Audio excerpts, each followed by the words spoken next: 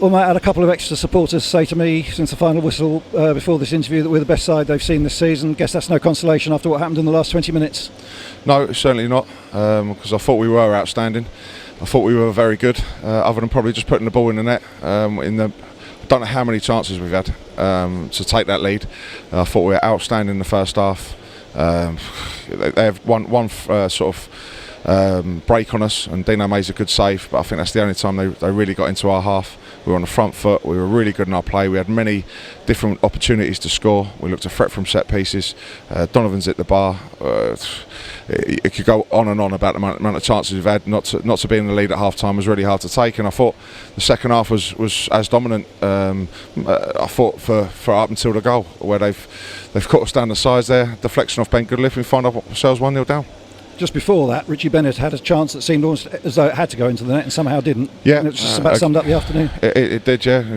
He's been outstanding, Richie Bennett, since he started for us. He's been absolutely brilliant, and he's got his 2 goals a week ago, and he certainly deserved 1 or 2 today. And it was a real easy chance for him, and he'd be absolutely gutted in there that he hasn't managed to hit the back of the net. He's clipped the top of the crossbar, but again, that was one of many. We've had Ben Goodliff's headers cleared off the line, and we looked a constant threat all day, and we've completely quietened the crowd down, and they've scored completely against the run of play. And then the ultimate irony, when they did score, it looks as though it's gone down as an own goal. Yeah, exactly. They managed to get down the side of us, sort of clip a ball in. It's come off Ben Goodliff and come in the far corner, so it goes down as an own goal, and we can't believe that we find ourselves behind.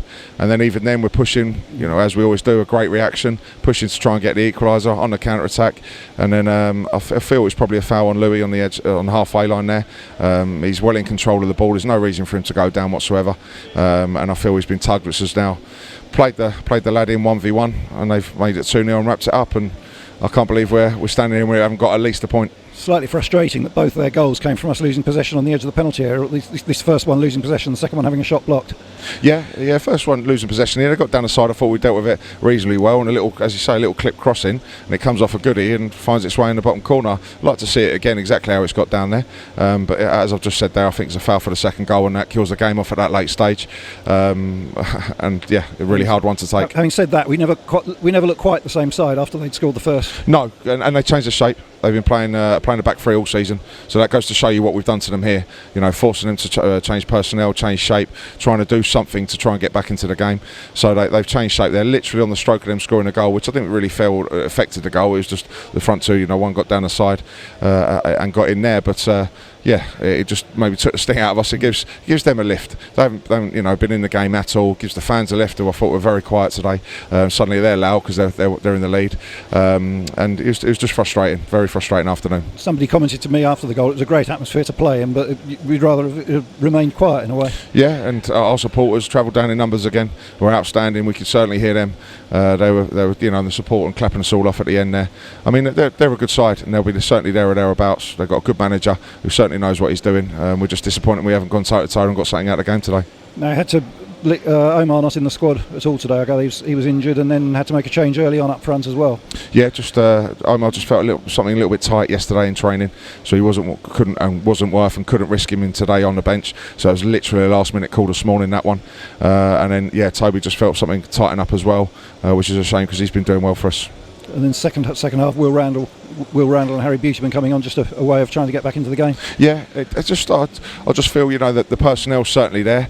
I just feel we're probably not at our peak fitness due to obviously Donovan COVID. I wasn't looking to play him any more than half an hour today.